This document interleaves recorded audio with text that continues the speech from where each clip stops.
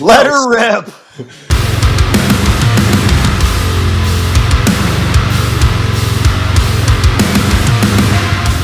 So what I was saying was how fucked our country is right now. And I don't get political, Mike. I don't get religious. I have my own beliefs. But when you are torn between two halftime shows, and because one individual watches one and the other watches the other, now that person's considered racist or that person hates America. And God damn it, Mike, I don't think that's the way it should be. No, well, here's my thought. People get so wrapped up in who's racist, who's right wing, who's left wing, who's toxic masculinity, who's misogynist, all this shit. But you're not worried about you. No, you have no time and attention to give a shit about what sucks about you because you're dedicating all your attention into your opinions about other shit going on. And that's how this started, bro. It's like you got a bunch of grown-ass men wearing a bunch of grown-ass men's names on the back of their fucking jerseys, rooting for them with a bowl of nachos and a fucking Michelob Ultra in their hand, getting pissed because they missed a fumble where you can't even get your fucking dick hard for your wife. You can't even fucking tie your shoes without fucking breathing hard. And you're mad at that NFL player who's got his shit together, making 4 times the amount of money you are, when 1,000 times better shape than you. Yeah, well, think about how hard it is for the fans whose team didn't make it, how discouraged they are. They're still showing up to the bar just to talk shit about somebody else's team, not even wearing somebody else's name, because you feel like a failure because the team you're not on wasn't good enough for you to get the celebratory drunk to. So now you're just getting depressive drunk. And there's still an off season. And don't you take seasons off. A season, not a year, not the last 10 years of your life. But dude, like, I mean, don't get me wrong, man. I love sports growing up. I played every sport: football, baseball, basketball, wrestled, hockey. I did very well. I coached football. I coached hockey. You know what I mean? But then I grew up, and I'm not saying don't have a sport or love your pastime sports and shit. But it's like they get so carried away in these sports that they forget their own lives, man. Like, have fun with fantasy football, but go to the fucking gym. Yeah. Like, do things to be a man. You know what I mean? You're screaming at these fucking multi-millionaire athletes that do nothing but train all day, that try and bring most of them try and bring positivity, but it's just sad, dude. It's sad. And I don't know. I don't get it. Maybe I'm different, but people want to say, you don't understand. It's like, man, I played football for fucking 15 years. I understand. I mean, you're right. I don't understand, but why the fuck would I take my time to try to? Yeah. Last night we did a call on the difference between the athletic mindset and the fan mindset.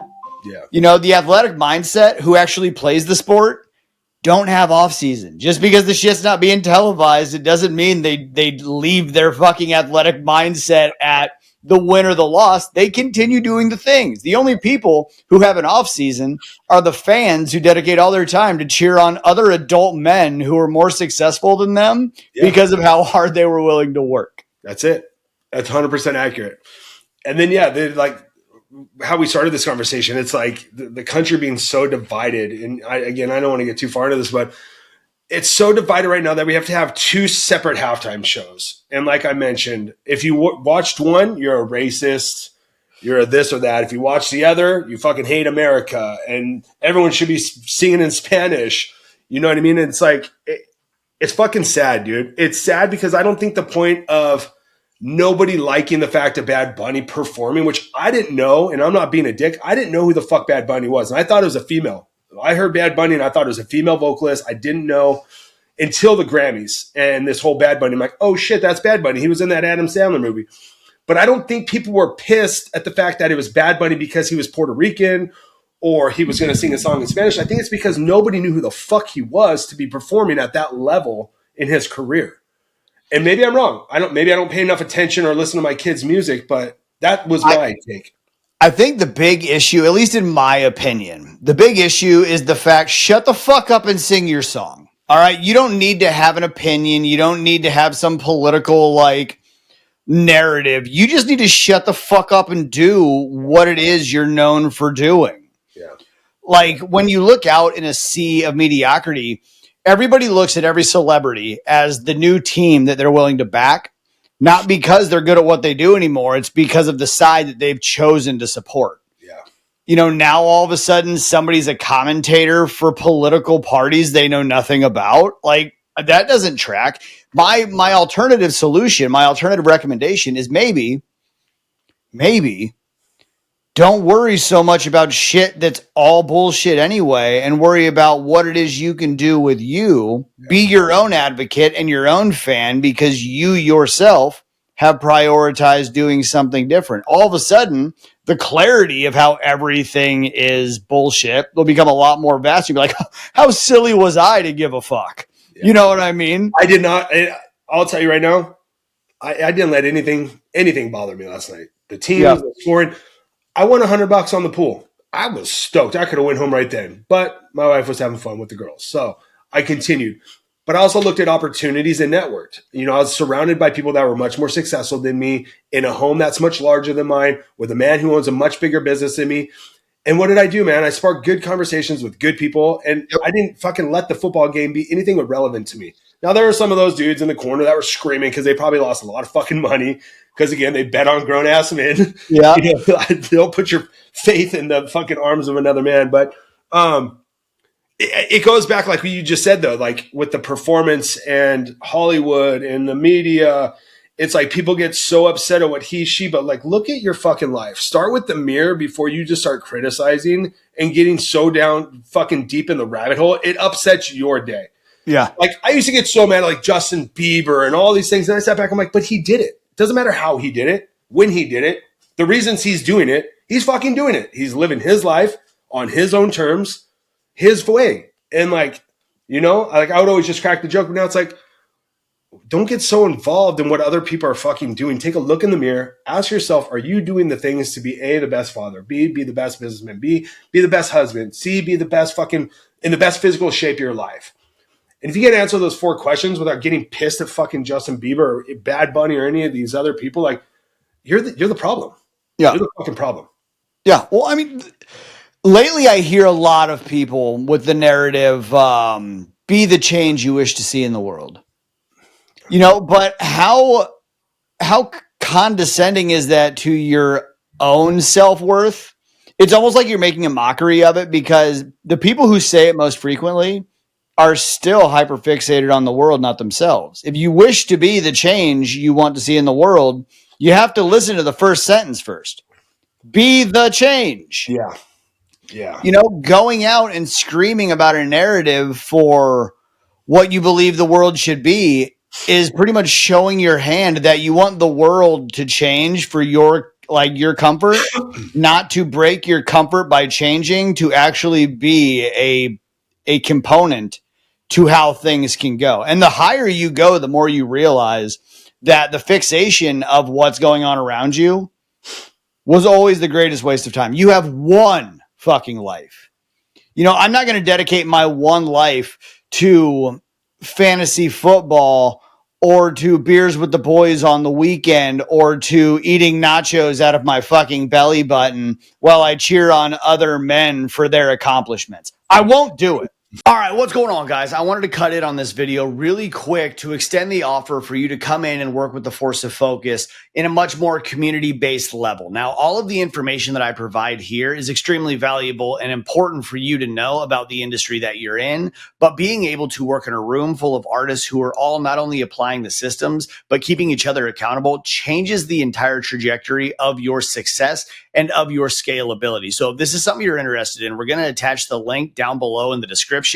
Let us know if you have any questions. Obviously, like, comment, subscribe, but make sure that you are willing to roll the dice. You have to be able to get up and get out. You have to be able to play the game, not just ride the bench. And this is exactly where you can do that. It's not your run-of-the-mill program. This is community approach. This is how we work together and we navigate the sea of uncertainty in this creative career path. I cannot wait to see you in there with us.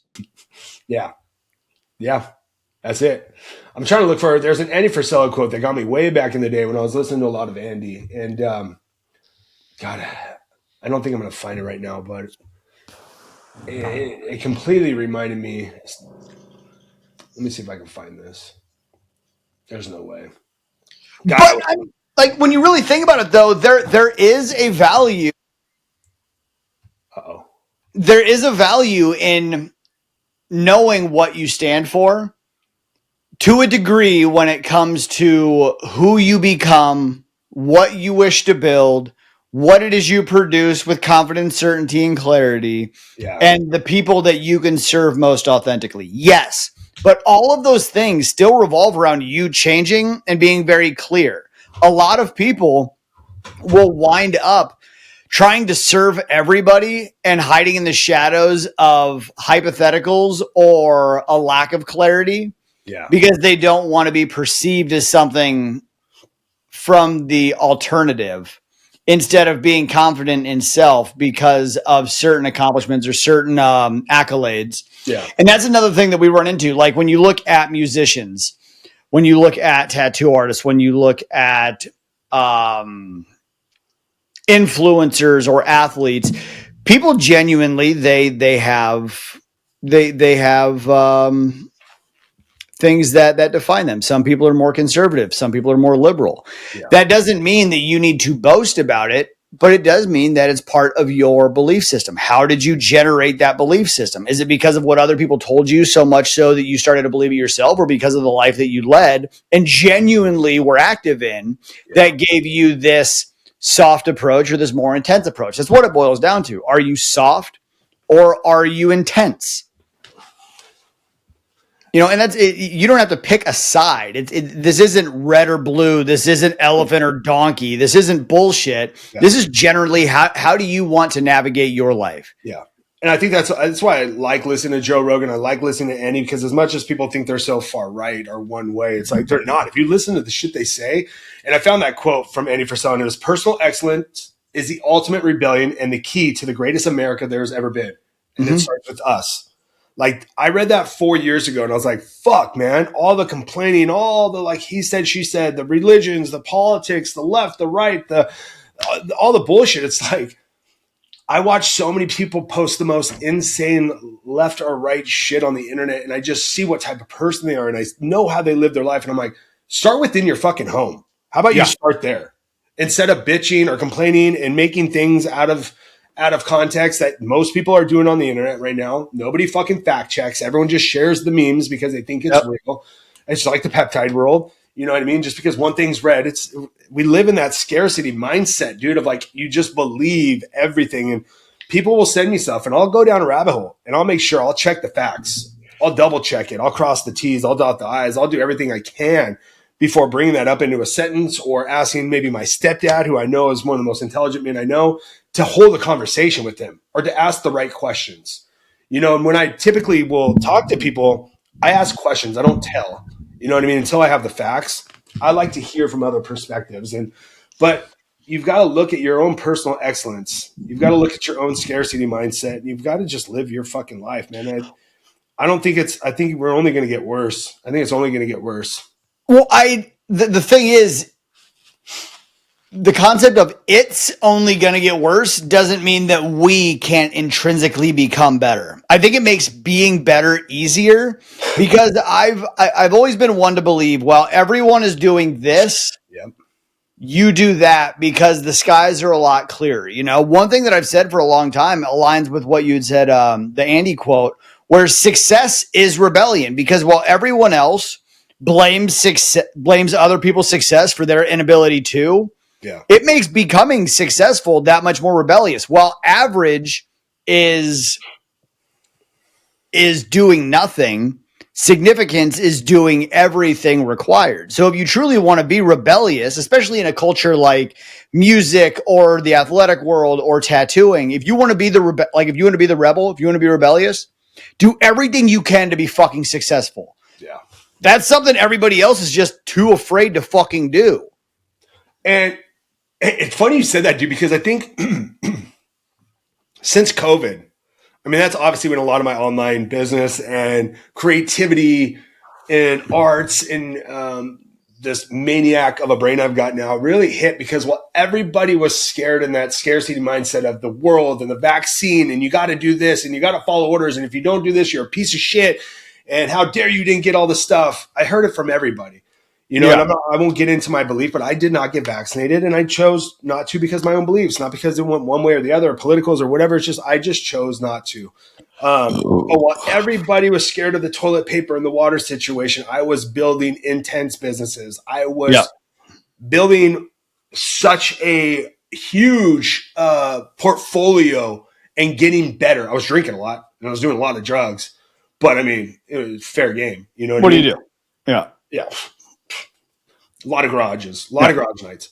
But I took everything as like, this is my time to get better. Things are shutting down and the world's going to shit. Like, how can I be the best version of myself? How can I now help more people? How can I get people fit in their garage? How can I get people free things and help them with their mindset? And I think like I took it as an advantage, man. It was one of me and Angela's best years as business owners in the online space because we found a solution. We found the pain point, we found the solution, and then we coached them through it, and it was very successful. So, yeah, I took that shit. I didn't take that shit lightly. I'm gonna Well, pull. and that is kind of the fascinating thing about it is never in my existence can I remember pain points being so painfully obvious. Yeah. You know, especially when you've been an active component to overcoming your own struggles and not not hyperfixating on the problems, but actively trying to pursue solutions. Yeah. You start to realize how clear pain points truly are in the world. And the pain is usually an internal thing. The pain you experience is not what's going on around you. It's just easier to focus on what's going on around you. For sure. Social media has made that very easy. The pandemic made that super clear that other people are the reason for why things are so hard. And they painted that picture so much so that now people's ability to look inward is almost a non-discussion. But that's why the pain points are so profound and so valuable is if you can just figure out the one thing you can change in you Yeah. to at least start the domino effect, Yep. then anything's possible. Yeah. Not only because you're in competition with literally the lowest bar in human existence, but also because it will set the tone for you being the winner of your family. I put out a story the other day that said, I think that every family should have a winner. And I think it should be you. Yeah. You know, my dad wasn't a successful guy. I didn't have the hardest childhood. I didn't have all the doom and gloom, like, oh, you know, poor me. I had a pretty decent upbringing, and I take a lot of pride in that. But that doesn't make me silver spoon. What that means is my bar has to be higher. If I want to be the winner of my family, my father set the bar. Yeah. I have to best that bar by 5x for me to feel as if I have changed the direction of my family dynamic from lineage to legacy. Yeah.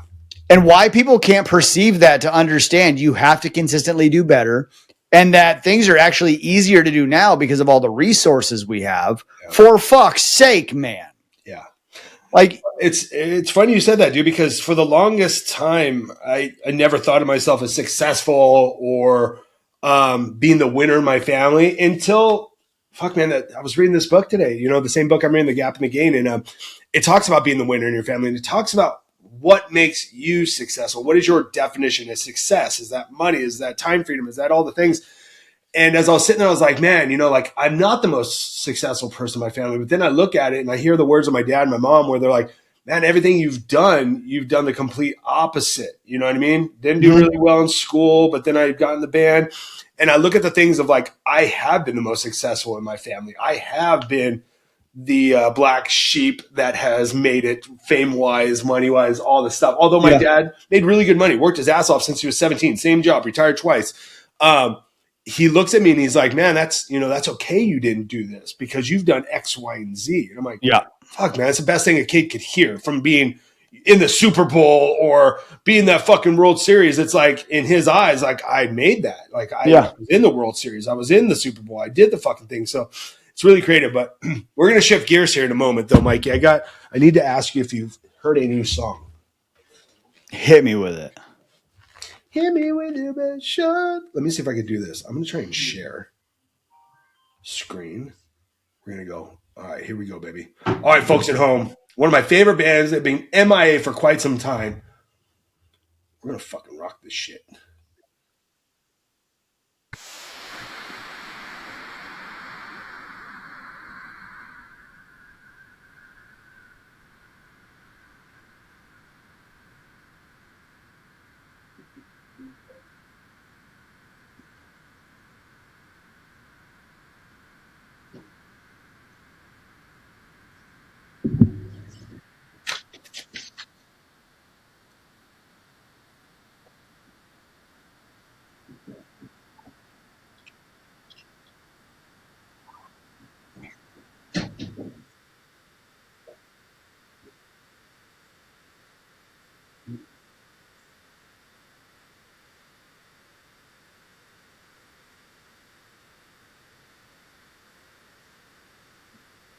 When this come out? Woo! All right, Okay. I haven't heard Haste the Day for a long time. bro. They put some stuff out in 20. Oh God, I'm gonna rip this. Last year they put out a little teaser and they never followed up. But Haste the Day, man. Let's talk about Haste the Day for a minute.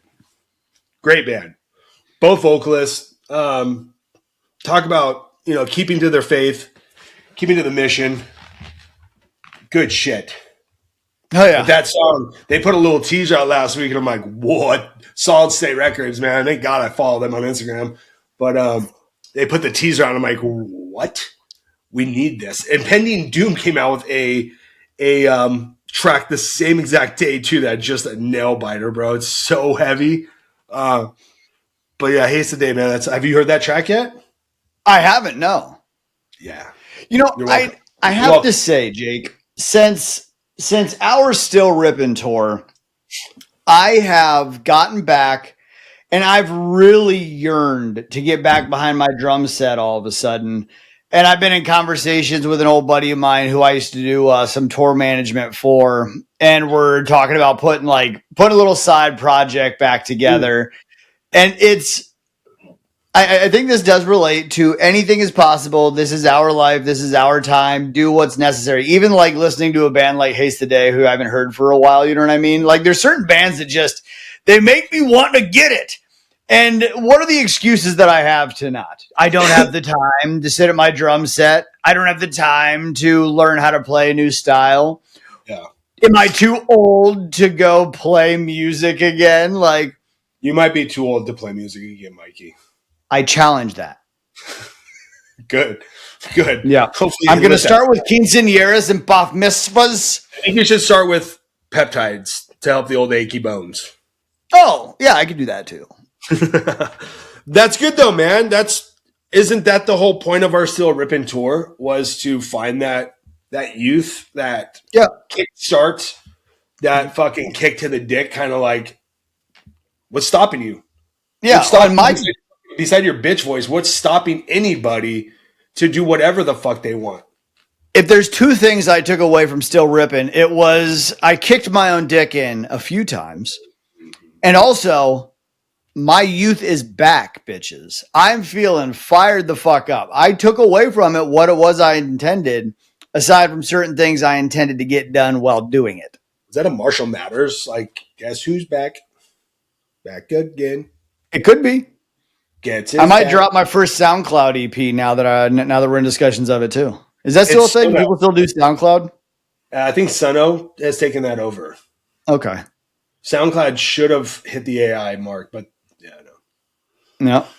But well, that's good, dude. I mean, I'm supposed to be ripping any day now. My drummer and I. But I make the excuse. I'm like, fuck, it's far. Well, I got the kids, and then I'm like, just once you're up there, it's just all that shit just goes away. When I grab that microphone and start screaming, there's just my 21-year-old self just instantly comes back. There's no fuss given.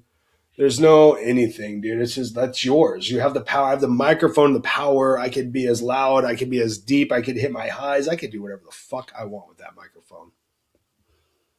It's a great feeling. Yeah. Well, another reason you got to move to California, man.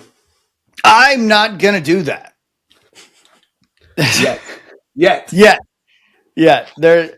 The entire state of California needs to meet my requirements before I ever intend on that. And I myself need to get to a certain place for that to be a feasible, functional thing. So I have my own expectations of me, which I am clearly on my path to do so. Like you and I having the conversation of what it is, it's our primary, and what the byproduct outcome is going to be in the aspect of the force of focus in general. The force of focus is not the primary focus. It is the inevitable byproduct of the success that we build in our own lives. And that's what makes it valuable. If we were all force of focus and we neglected our primaries, then we really wouldn't even have a platform to speak on, because we wouldn't be active components to success in something specific aside from just being social media shit dicks. And I respectfully decline that as an option.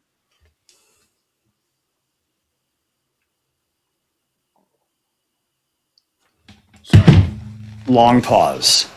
That was rude. So But I mean, that's huh? no. Huh? Did you see my air guitar on my tripod? I did, dude. I'm hoping we could get the reaction. Steve, if you could do the reaction while the thing's going, but like kind of go back and forth to like this to like Yeah. that'd be great. He knows what he's supposed to do. I want to start doing you guys as the witness. I don't want to say I want. I don't need to. I want to start doing reaction videos because there's a lot of really good music. There's a lot of really cool things right now. And I think Let Her Rip, because we can do whatever the fuck we want. We don't really care what you think. It's ours. It is ours. I think, man, like, yeah, dude, some reactions, all that stuff, man. I want to do it all on this platform. And we got some really cool guests coming.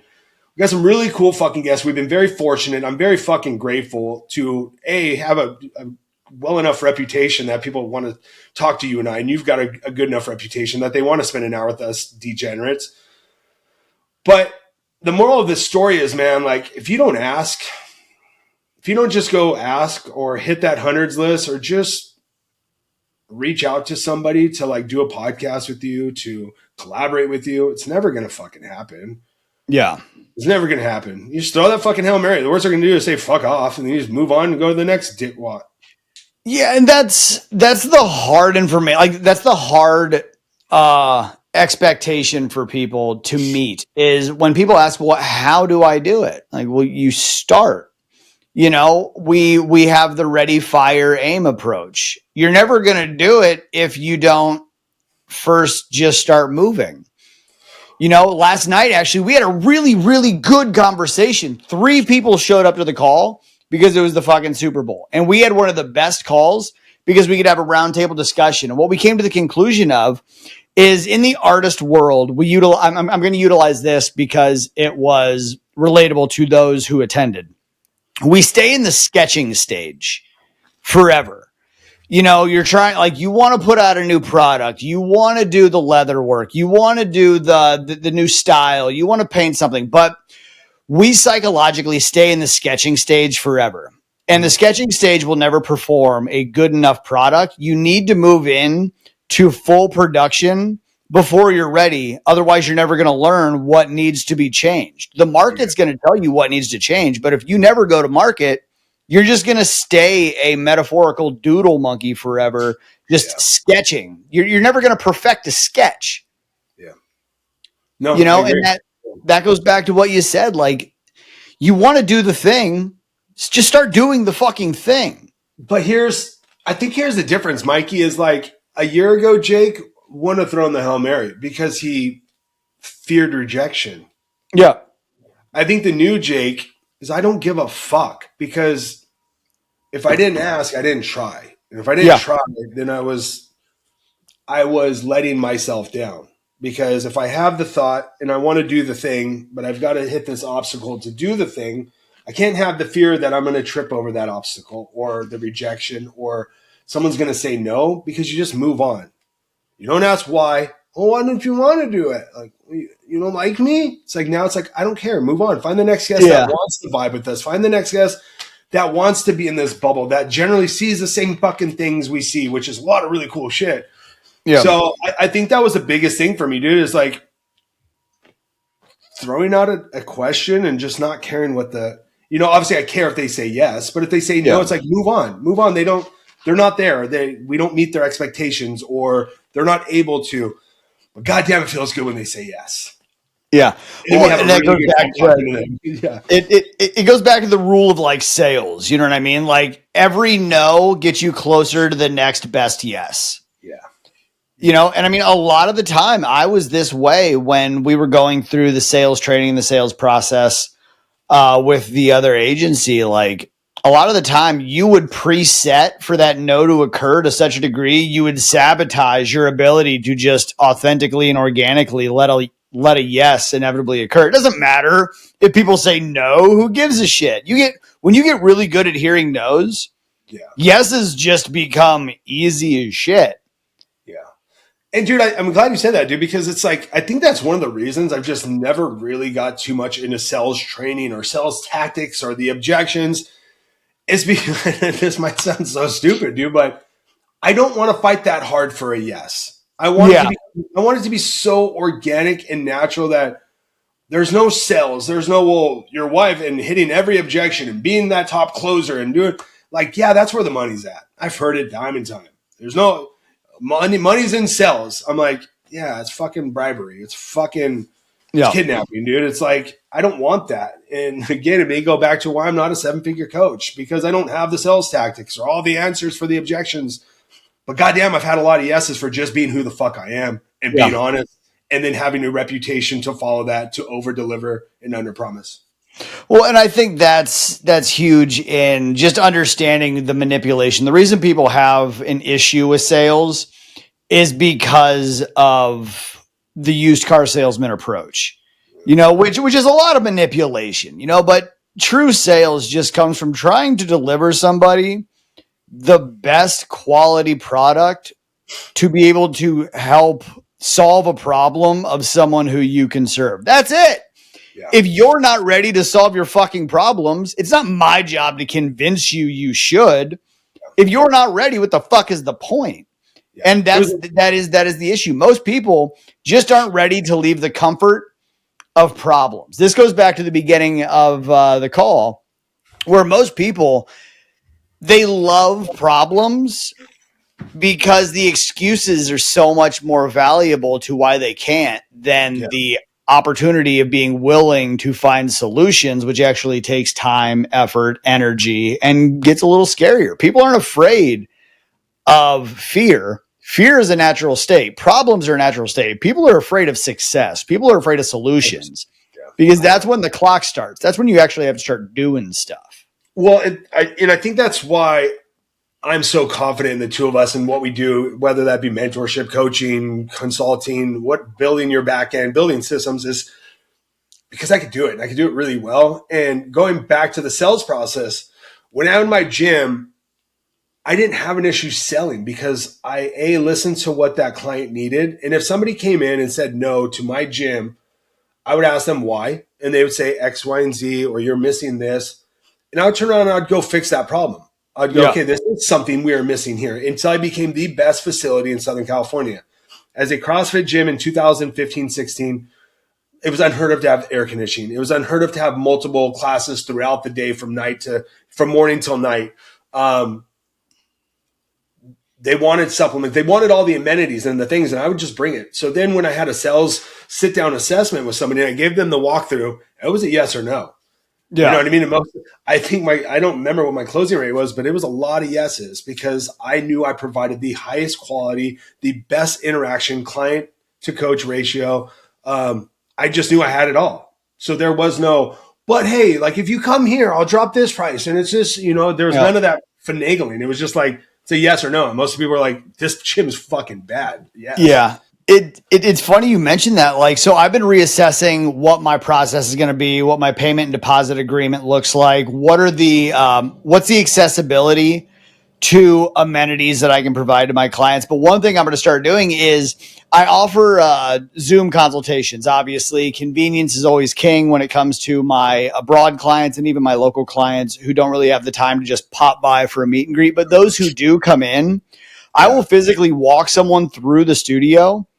Yep. And I will introduce them to people. I'll show them where things are located. I'll show them the whats and the whys and the functionality of the studio, just because that creates a lot more of a connection. And I feel like people should know the environment in which they're going to be in. The environment of the studio means as much as the experience you get in the studio means as much as the product that you acquire in the studio. And by actually walking somebody through saying, this is so-and-so, been tattooing for X amount of time. This is the culture that we've created here at Studio Name.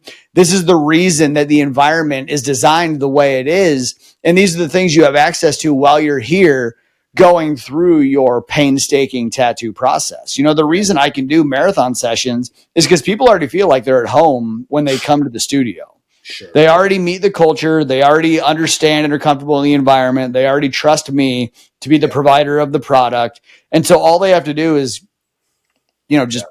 just be. They have that comfort. And that's so rare because people are the same way. They're just, we had this conversation with one of the artists that we work with. Like, people are so quick to close. Like, well, oh, you don't want to get tattooed? Well, let me know when you're ready. And then they just get lost in the DMs. Yeah. I will front load the fuck out of everything now and then give them the option to make a decision. Because the likelihood of yes is just based on that kind of humanization and that kind of like relationship, going back to the relationship development aspect. Yep. It makes it so much more inviting and attractive to the people that we can truly serve. Yep. And that's the beauty of customer service, man. And it's funny you mentioned the walkthrough. It's like, that's why when any of my employees came in, it was a automatic walkthrough. Make sure you pick up the shit, the little things, go through the bathroom, pick up the trash. Because at any given moment, we could have a walk-in from a prospect. Yeah.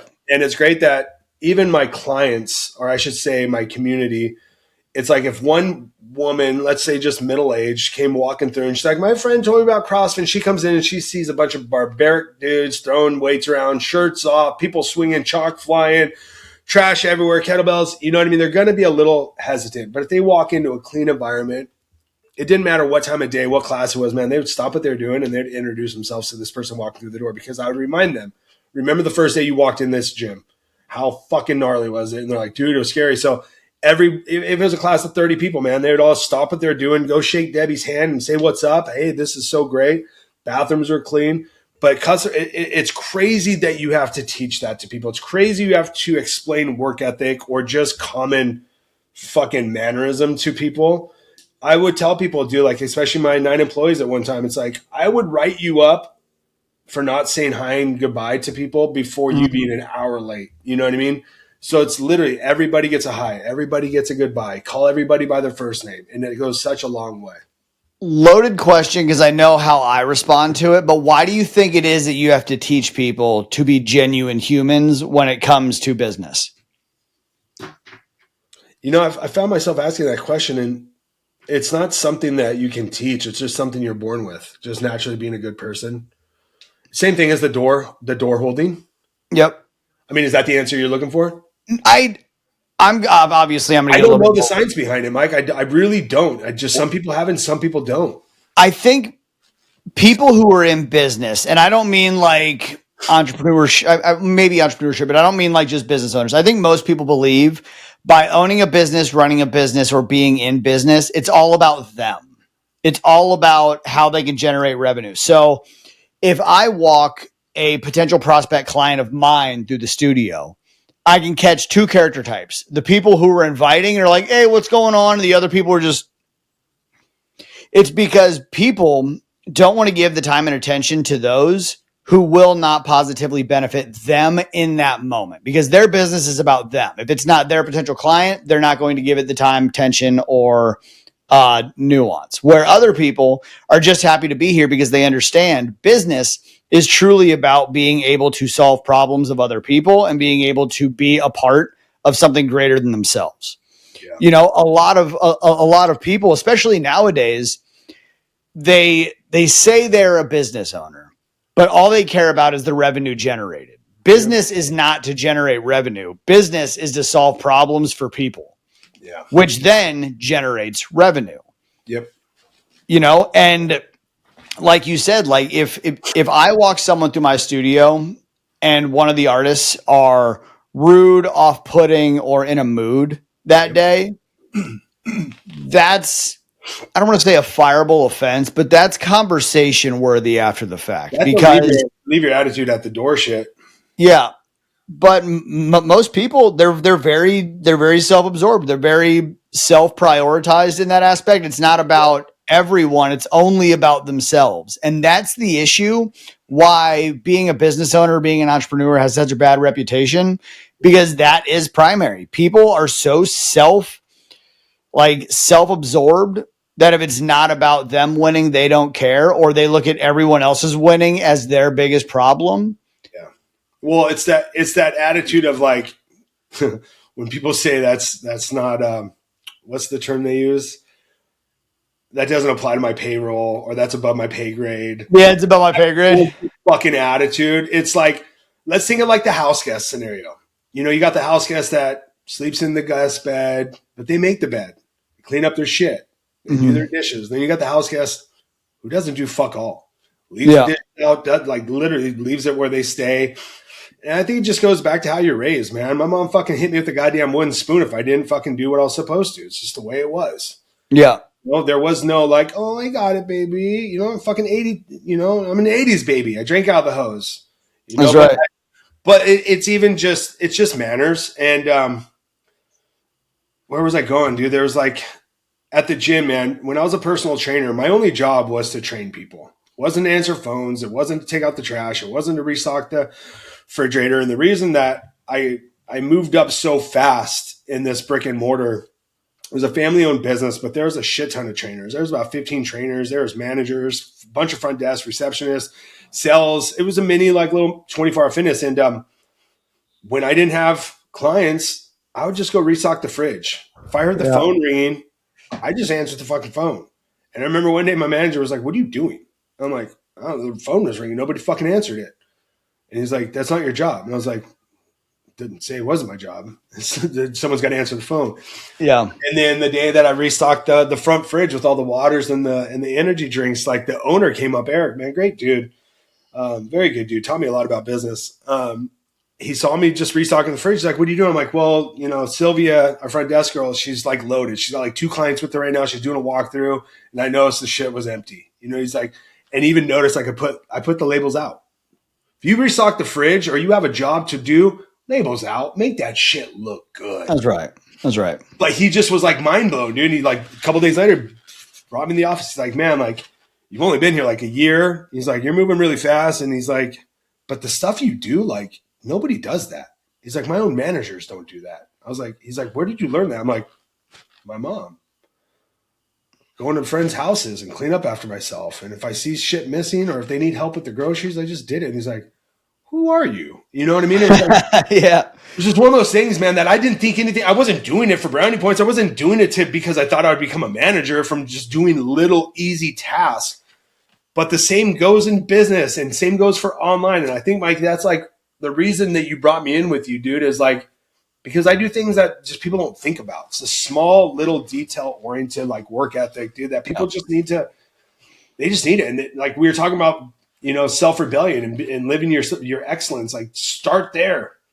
Like there's, you know, like if Angela doesn't make the bed every morning, I'm going to make the bed. It's just an easy thing. It's like that book, man, make your bed. You know, it's like those little tasks. That's why the core 4 exists.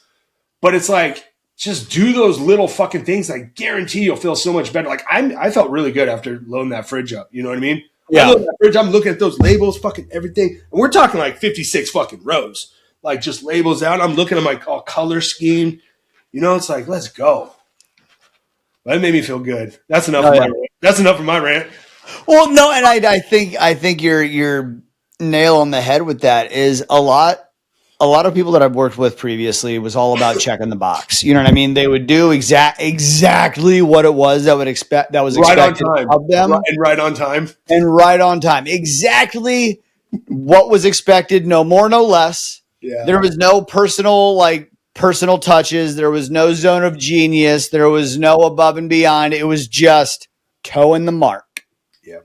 You know, and that's why you and I work so well together is we go about it with our own personal nuance. We give it our own special form of razzle dazzle. You and I are vastly different, but also extremely similar in a lot of ways, which is what makes it very confusing sometimes, but also very, very specific to any character type that we could truly serve, because there is no one size fits all to anything. There shouldn't be. No. There shouldn't be a PDF and a module course that can service everyone. There needs to be a personal touch to every problem we can solve. And this isn't about you, the consumer or the viewer, helping us solve our problems. It's about us being able to help you solve yours. If you as a business cannot solve the problems of the people you can best serve, then you're not in business. Yeah.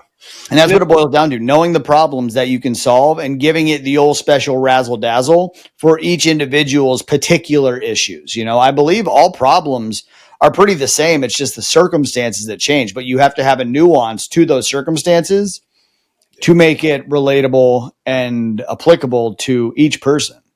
Well, I think that's great with every client I've ever worked with. It's like, you know, just let's just say, for instance, as easy as a logo and a brand kit. I never thought of it as you get X amount of this and you get X amount of that. It was how much did that client give me? How many photos did they give me? How many different shots and things? And I would base it off of like, that's how many fucking, pieces of content they got. It wasn't like, well, for this price, how many pieces from the ads do I get for the brand kit? And I'll be like, yeah, it's two 1080 by 1350s and two 916s. It's like, I don't know yet, bro. Like I haven't started on that project yet. Some people get 25, some people get fucking 40. Because if somebody gave me 3 headshots and then the other guy gave me a full fucking photo shoot, I'm going to utilize that because they spent the time with that photographer. So like, and I'm a very, very, very detailed dude. So if I'm very detailed when it comes to the brand kits, man, and the ads. But yeah, every client's different, man, and that's why you got to treat every client differently, and you can't just be copy, rinse, repeat because that's just the bullshit way to do things now. I think one thing to point at is not only are you a stickler for detail, but you also get into a flow because you like the process of. You've explained it before. You don't do one piece at a time. You do multiple pieces at the same time because you're in your creative zone of genius. So each thing represents a different creative, represents a different style that's still on brand. And you truly enjoy the process, which is how it all gets that special Jake razzle dazzle, because you're not just towing the mark. You get 10 for this, 2 logo options. And then to me as a creative, that snubs out your creative flow. If the benchmark is 12 of this, 2 of that. Yeah, what if I got to 10 and all of a sudden I'm like, boy, that I could do way better than that one. So that's why I do multiple at a time, is because I just keep one-upping myself. And I know that's not the best way to do it, but I don't know any other way. That's how I do it, and I'm fucking really good at it. Yeah, you are. Hell yeah. Love that, man. Well, this is a fun little rip session. It was good. It was great. Yeah, we need to do the duos a little bit more frequently, but we do have a lot of good guests coming up, so we'll try to find that healthy balance of. Thank you for tuning in. Make sure to like, share. What comes next? Follow. Yeah. High five.